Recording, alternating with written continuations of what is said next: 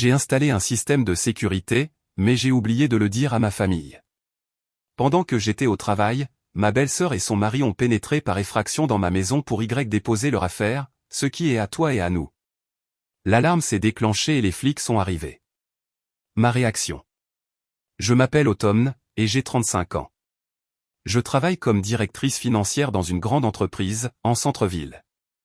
C'est le genre de poste qui exige de longues heures, une planification rigoureuse, et une grande patience pour gérer les budgets et les feuilles de calcul. Mais je suis doué pour ça, et le salaire est excellent. J'économise et j'investis de l'argent depuis l'âge de 22 ans.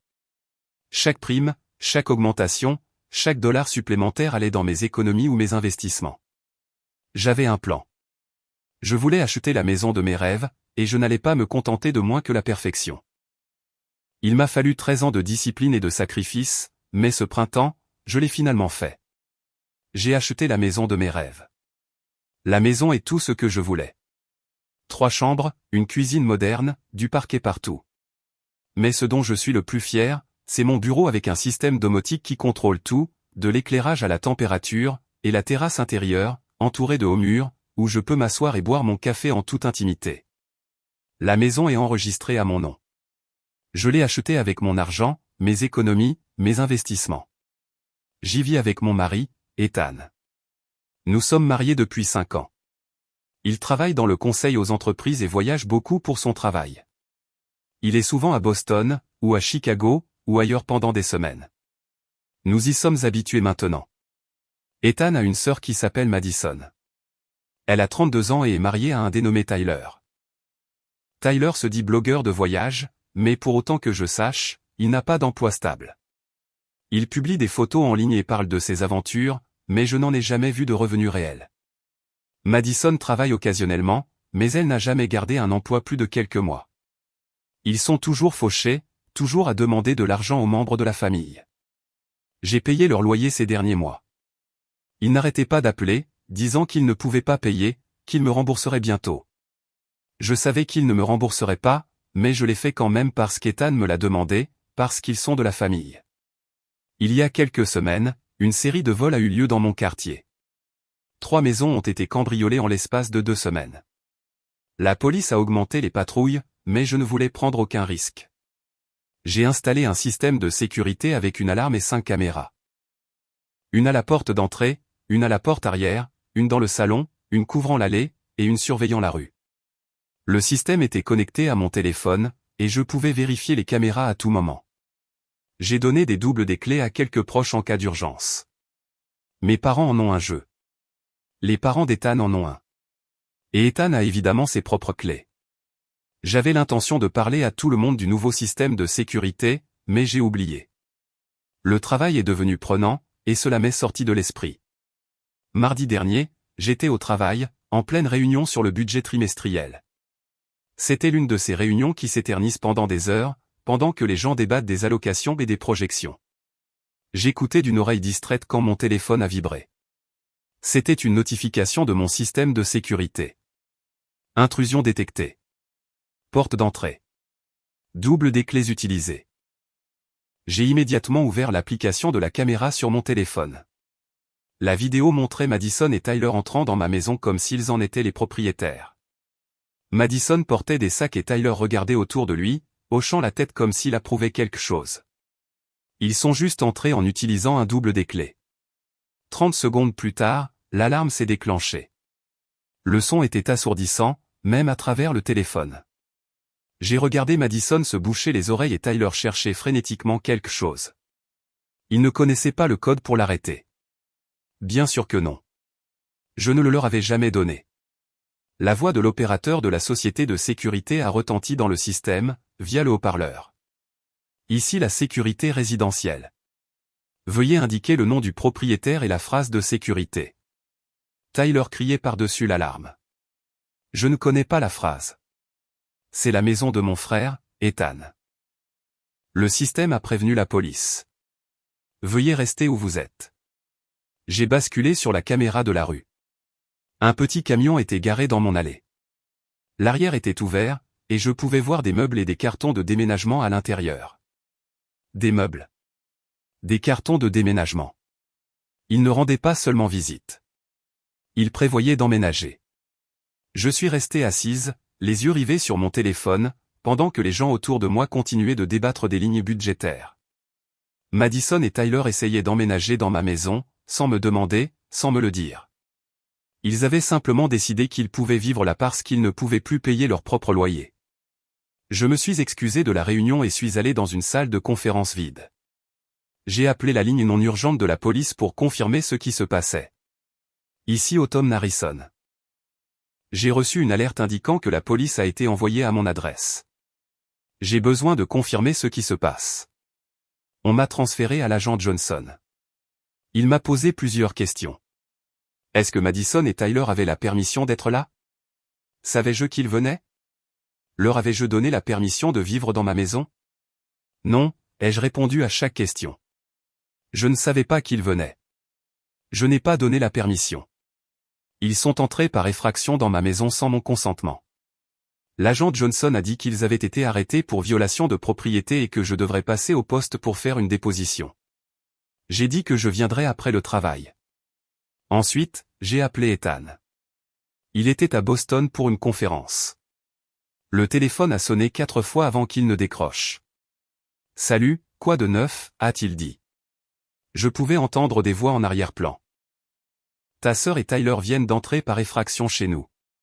Ils ont utilisé un double des clés et sont entrés. » Il y eut une pause. Puis Ethan a dit « Oh oui, j'étais au courant. Madison m'a appelé la semaine dernière. Tyler s'est fait virer et ils ont été expulsés de leur appartement. Je lui ai dit qu'ils pouvaient rester chez nous pendant un moment. J'allais te le dire, mais ce n'est pas grave. Nous avons une chambre d'amis. Ce n'est pas grave? » Ma voix montait. Ils sont entrés par effraction dans ma maison, Ethan. Ils ont apporté des meubles. Ils emménageaient sans me le dire. Tu exagères, a-t-il dit. C'est la famille, ce n'est rien. Ils ont été arrêtés pour violation de propriété. Tu as appelé les flics sur ma sœur? Maintenant, sa voix était forte. Tu es sérieuse, là? Je ne les ai pas appelés. Le système de sécurité l'a fait, automatiquement. Eh bien, arrange ça alors. Dis-leur que c'était une erreur. Ce n'était pas une erreur. Ils sont entrés par effraction. C'est ridicule, Autumn. Tu en fais toute une histoire. J'ai réalisé qu'ils ne verraient jamais mon point de vue. Ils n'allaient pas me soutenir. Il défendait sa sœur, qui venait d'envahir ma maison. Je dois y aller, ai-je dit, et j'ai raccroché. Je suis resté assise 1 minute, essayant de digérer tout ça. Puis, j'ai appelé la mère d'Ethan. Ma belle-mère a répondu dès la première sonnerie. Bonjour, Autumn.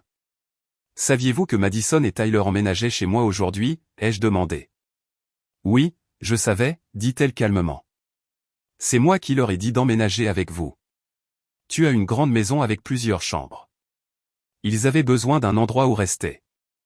Nous sommes une famille, Autumn. La famille s'entraide. Pas besoin de toutes ces formalités. Des formalités? Ils sont entrés par effraction. La police est là. Son ton a changé immédiatement. Tu as appelé la police sur eux. Essaies-tu de leur donner un casier judiciaire? Sais-tu ce que ça pourrait faire à leur avenir? Ils sont entrés par effraction dans ma maison, ai-je répété. Je n'ai pas appelé la police. Le système de sécurité l'a fait automatiquement. Tu devrais arranger ça, a-t-elle dit. Dis à la police que c'était un malentendu. N'en fais pas une affaire plus grosse qu'elle ne l'est. Je n'arrangerai rien, ai-je dit. Il n'avait aucun droit d'entrer dans ma maison sans permission. Elle a commencé à dire autre chose, mais j'ai raccroché. Je ne pouvais plus écouter une autre personne me dire que j'avais tort de protéger ma propre propriété. Je suis retourné à la réunion, mais je ne pouvais pas me concentrer. Je n'arrêtais pas de penser à Madison et Tyler dans ma maison, à Ethan qui savait sans me le dire, à sa mère les encourageant à simplement emménager sans demander. 1 heure plus tard, mon téléphone a de nouveau sonné. C'était Madison. Je suis sorti de la salle de réunion et j'ai répondu. Avant que je puisse dire quoi que ce soit, Madison s'est mise à hurler. La police nous a traités comme des criminels. Tout le voisinage regardait. Les gens se moquaient de nous. Sais-tu à quel point c'était humiliant? J'ai activé l'enregistreur vocal de mon téléphone. J'avais le pressentiment que j'aurais besoin de documenter cette conversation. Tu es entré par effraction chez moi, ai-je dit. J'avais une clé. Ethan nous a donné la permission. Sa mère nous a donné la permission. Nous avions tout à fait le droit d'être là. Vous n'aviez pas ma permission. Tu nous as tendu un piège. Tu as mis cette alarme exprès pour nous faire passer pour des méchants. J'ai installé un système de sécurité parce qu'il y avait des cambriolages dans le quartier. Je ne savais pas que vous essaieriez d'emménager sans me le dire. Je veux 15 000 $, a dit Madison. Je me suis arrêté net. Quoi? 15 000 $, pour l'humiliation et le préjudice moral. Tu nous as mis dans l'embarras devant tout le voisinage. Tu nous dois ça. Quelque chose en moi a craqué. Tous ces mois à payer leur loyer, toutes les fois où ils avaient demandé de l'argent, toutes les excuses et les plaintes. Et maintenant, elle exigeait plus d'argent parce que je ne la laissais pas me voler ma maison. À partir de maintenant, tu parleras à mon avocate, ai-je dit, et j'ai raccroché. Je suis resté dans le couloir un instant, essayant de me calmer. Puis j'ai appelé mon amie Olivia. C'est une avocate spécialisée en immobilier. Nous nous sommes rencontrés à l'université et sommes restés proches. J'ai besoin d'un conseil juridique, ai-je dit quand elle a répondu. Je lui ai tout raconté, l'effraction, le camion de déménagement, Ethan donnant sa permission sans me consulter, sa mère les encourageant, et Madison exigeant 15 000 $. Olivia est restée silencieuse un moment. Puis elle a dit, ce n'est pas un conflit familial. C'est une violation des droits de propriété. Ce qu'ils ont fait est une violation de domicile, et la demande de compensation de Madison pourrait être qualifiée d'extorsion. Que dois-je faire? Va au poste de police. Fais une déposition officielle. Apporte cet enregistrement de Madison exigeant de l'argent. Obtiens des copies des vidéos de sécurité. Documente tout. Ethan va être furieux. Ethan a laissé sa sœur s'introduire chez toi. Ta sécurité et tes droits de propriété sont plus importants que ses sentiments. Elle avait raison. Je savais qu'elle avait raison. J'ai pris le reste de ma journée et je me suis rendu au poste de police. L'agent Johnson était là, un homme plus âgé avec des cheveux gris et un visage bienveillant. Je lui ai dit que je voulais faire une déposition formelle. Je lui ai montré les images de sécurité sur mon téléphone. Je lui ai fait écouter l'enregistrement de Madison exigeant 15 000 $. Il a tout écouté, son expression devenant de plus en plus sérieuse à mesure que la voix stridente de Madison sortait du haut-parleur du téléphone. Vous avez bien fait de venir ici, a-t-il dit. Nous émettrons un avertissement leur interdisant de s'approcher de votre propriété. S'ils le violent, il y aura des conséquences. Je m'inquiète pour ma sécurité, ai-je dit. Ils ont des membres de leur famille qui pourraient essayer de venir à la maison. Nous en prendrons note dans le rapport, a-t-il dit. Gardez votre système de sécurité activé. Appelez-nous si quelqu'un se présente. Je l'ai remercié et j'ai quitté le poste. Sur le chemin du retour, j'ai vérifié mon téléphone. 15 appels manqués d'Ethan. 10 messages textes.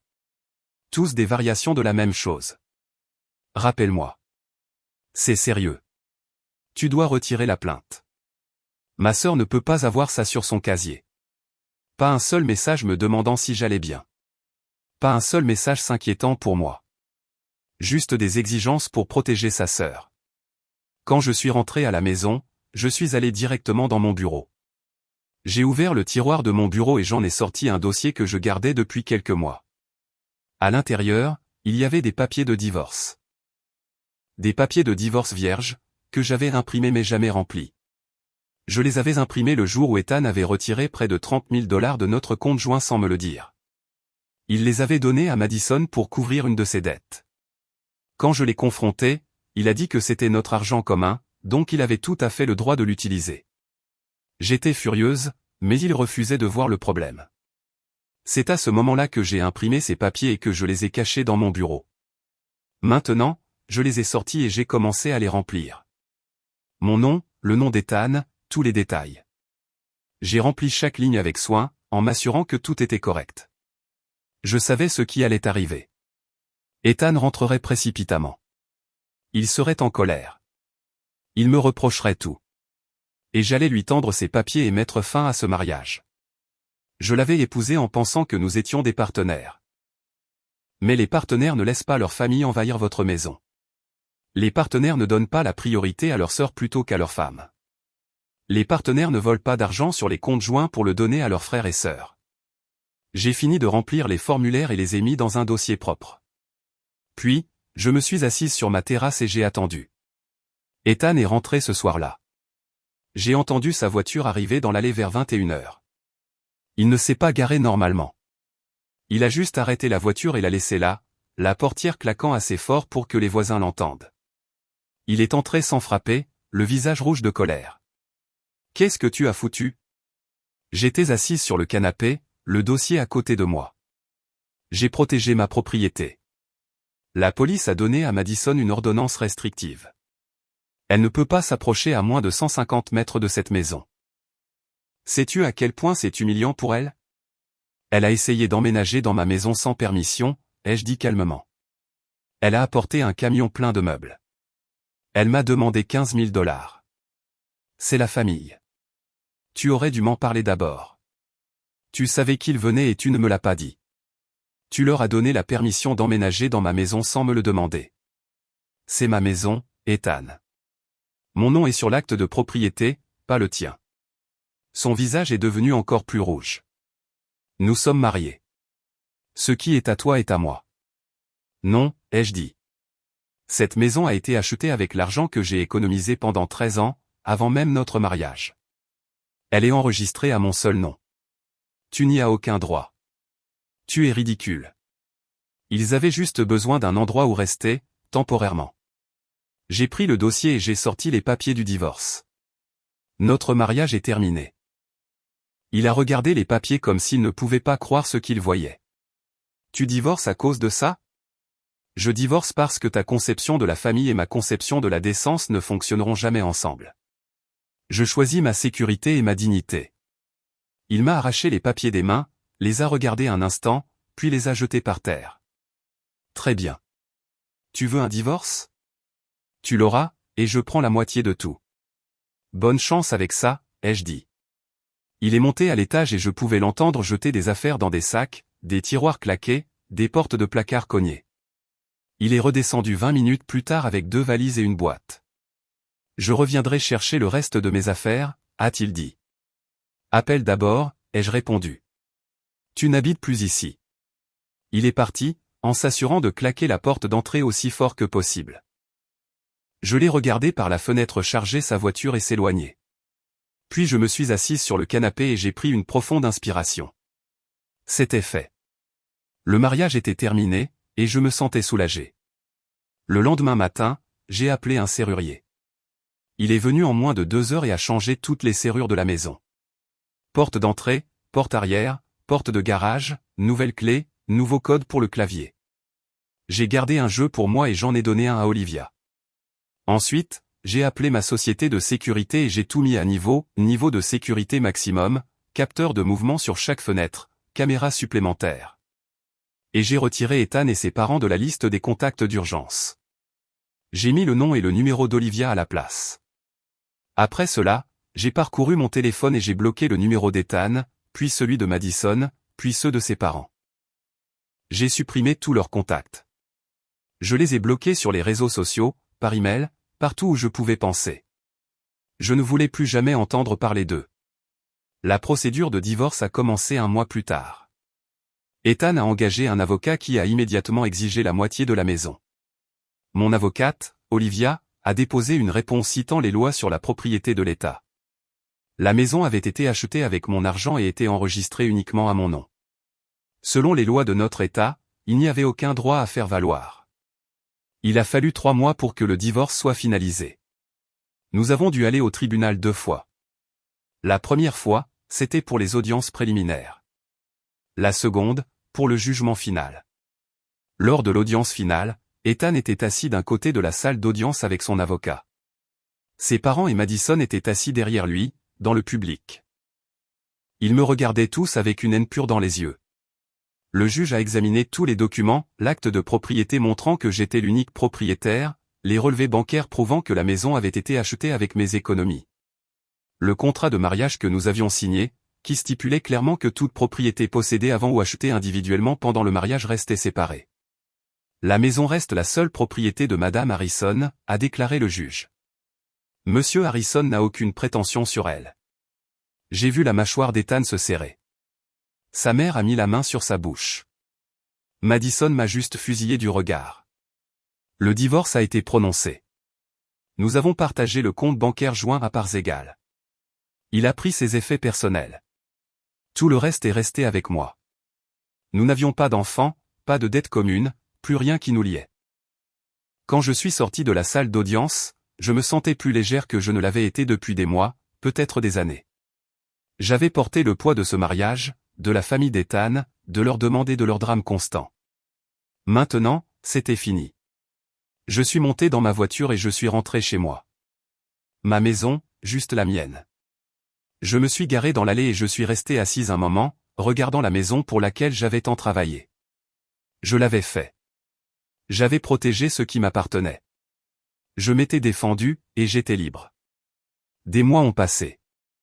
La vie est devenue étonnamment calme. J'allais au travail, je rentrais à la maison, je dînais, je regardais la télévision. Des choses simples, des choses normales. Pas de drame, pas d'exigence, personne n'essayant de profiter de moi. J'ai appris par une des cousines d'Ethan ce qui leur était arrivé après le divorce. Ethan travaillait sur un grand projet en Europe, mais après le scandale avec Madison et le divorce, son entreprise l'a rappelé. Ils ont dit qu'il ne pouvait pas gérer sa propre famille, alors comment pourrait-il gérer des projets importants? Ils l'ont retiré des missions clés. Finalement, il a démissionné. Il est retourné vivre chez ses parents. Et puis, Madison et Tyler ont emménagé aussi, après avoir perdu leur appartement. 5 adultes vivant dans une maison de 2 chambres avec 2 retraités. Tyler n'a jamais trouvé d'autre emploi. Il continuait de parler de grandes opportunités, d'affaires qui allaient se conclure, de son blog de voyage qui allait décoller, mais rien ne s'est jamais produit. Il restait assis à poster des photos en ligne, en attendant que le succès le trouve. Madison ne pouvait garder aucun emploi. Elle se faisait embaucher quelque part, travaillait quelques semaines, puis démissionnait parce que les horaires étaient trop longs, ou le salaire trop bas, ou le travail indigne d'elle. Elle aimait acheter des choses chères, aller dans de bons restaurants, faire comme si elle avait de l'argent alors que ce n'était pas le cas. Toutes leurs dépenses vidaient lentement l'épargne retraite des parents d'Ethan. J'ai appris tout cela par la cousine d'Ethan, qui se sentait mal de ce qui s'était passé et était restée en contact avec moi. Elle a dit que la maison était un chaos. 5 adultes se disputant la salle de bain, la nourriture, tout. Les parents d'Ethan avaient l'air épuisés en permanence. Je n'ai rien ressenti en entendant cela. Ni satisfaction, ni pitié, rien. Ils avaient fait leur choix, et maintenant ils vivaient avec les conséquences. Après le divorce, j'ai décidé de m'éloigner des relations pendant un certain temps. Je ne faisais plus confiance aux hommes. Ou peut-être que je ne faisais plus confiance à mon propre jugement. Quoi qu'il en soit, je n'étais pas prête à sortir avec quelqu'un. Mais 6 mois après le divorce, Olivia m'a fait asseoir autour d'un café et m'a dit que je devrais envisager une thérapie. Tu as traversé beaucoup de choses, a-t-elle dit. Ça pourrait t'aider d'en parler à un professionnel. Je ne pensais pas avoir besoin de thérapie. Je me sentais bien. Mais Olivia a insisté, alors j'ai finalement accepté d'essayer. La thérapeute s'appelait Dr. Chen. Elle avait la 50aine, calme et patiente. Je lui ai tout raconté sur le mariage, sur Madison et Tyler qui étaient entrés par effraction, sur la trahison d'Ethan, sur le divorce. Elle a tout écouté sans m'interrompre. Puis elle a dit, vous avez fait tout ce qu'il fallait. Vous avez protégé votre maison et votre sécurité. Vous avez posé des limites. Ce sont des choses saines à faire. Les personnes qui auraient dû vous protéger ont choisi de se ranger du côté de celles qui ont violé votre espace. Ce n'est pas de votre faute. Nous avons parlé pendant des semaines de la confiance, des limites, de la reconnaissance des signaux d'alarme dans les relations. Elle m'a aidé à comprendre que tout le monde n'était pas comme Ethan, que je pouvais trouver quelqu'un qui me respecterait, ainsi que ma propriété et mes décisions. Vous avez appris quelque chose de précieux, a-t-elle dit. Vous avez appris à poser des limites. Cela rendra votre prochaine relation plus forte. Après 6 mois de thérapie, je me sentais prête à réessayer. Pas désespérée de trouver quelqu'un, juste ouverte à la possibilité. J'ai rencontré Michael lors d'une collecte de fonds pour un hôpital que mon entreprise sponsorisait. Il était chirurgien, 42 ans, divorcé et sans enfant. Nous avons commencé à parler près du buffet, à propos de la terrible musique que le DJ passait, et nous avons fini par discuter pendant 2 heures. Il m'a demandé mon numéro. Je le lui ai donné. Nous avons commencé à nous fréquenter lentement. Un dîner 1 fois par semaine, puis 2 fois par semaine.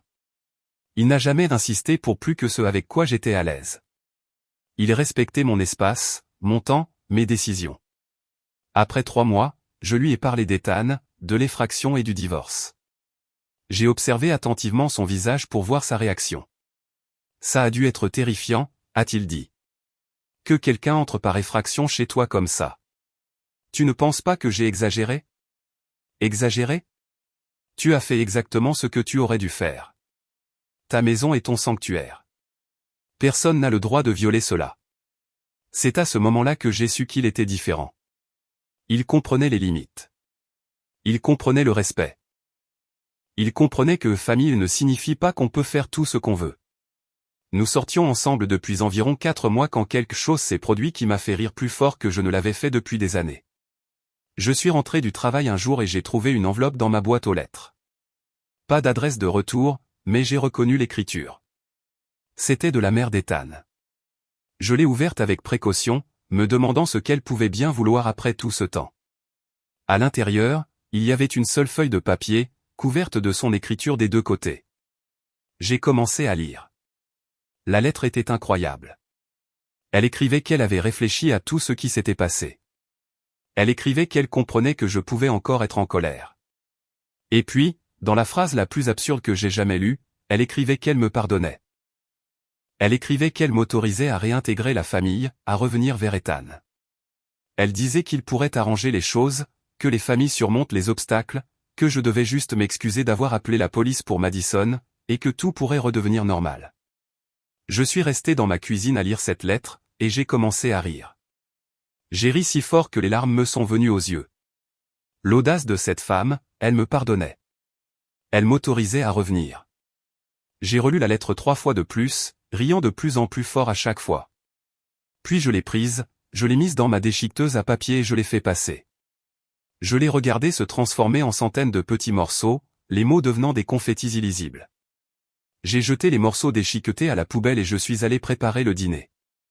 Ce week-end-là, j'ai parlé de la lettre à Michael pendant que nous brunchions. Il a failli s'étouffer avec son café quand je suis arrivé à la partie où elle me pardonnait. Elle t'a pardonné, a-t-il dit. Pourquoi? Pour avoir protégé ma propre maison, apparemment. Il a secoué la tête. Cette famille est folle. Ancienne famille, ai-je corrigé. Je n'ai plus rien à voir avec eux. Bien, a-t-il dit. Tu mérites mieux. Je méritais mieux. J'avais travaillé dur toute ma vie d'adulte pour construire quelque chose pour moi. J'avais économisé de l'argent, investi judicieusement, acheté la maison de mes rêves, et je l'avais protégée quand des gens ont essayé de me la prendre. Maintenant, j'avais une vie paisible. J'avais un travail dans lequel j'étais doué. J'avais une maison que j'aimais. J'avais un homme qui me respectait. Et j'avais la certitude que je pouvais me défendre quand c'était important. Parfois, la nuit, je m'asseyais sur ma terrasse intérieure et je pensais à tout ce qui s'était passé. À Madison et Tyler entrant par effraction, à la trahison d'Ethan, au divorce, à tout ça. Et je réalisais que c'était la meilleure chose qui aurait pu arriver. Cela m'a montré qui étaient vraiment les gens. Cela m'a appris à protéger ce qui m'appartenait. Cela m'a libéré d'un mariage qui m'aurait lentement détruite.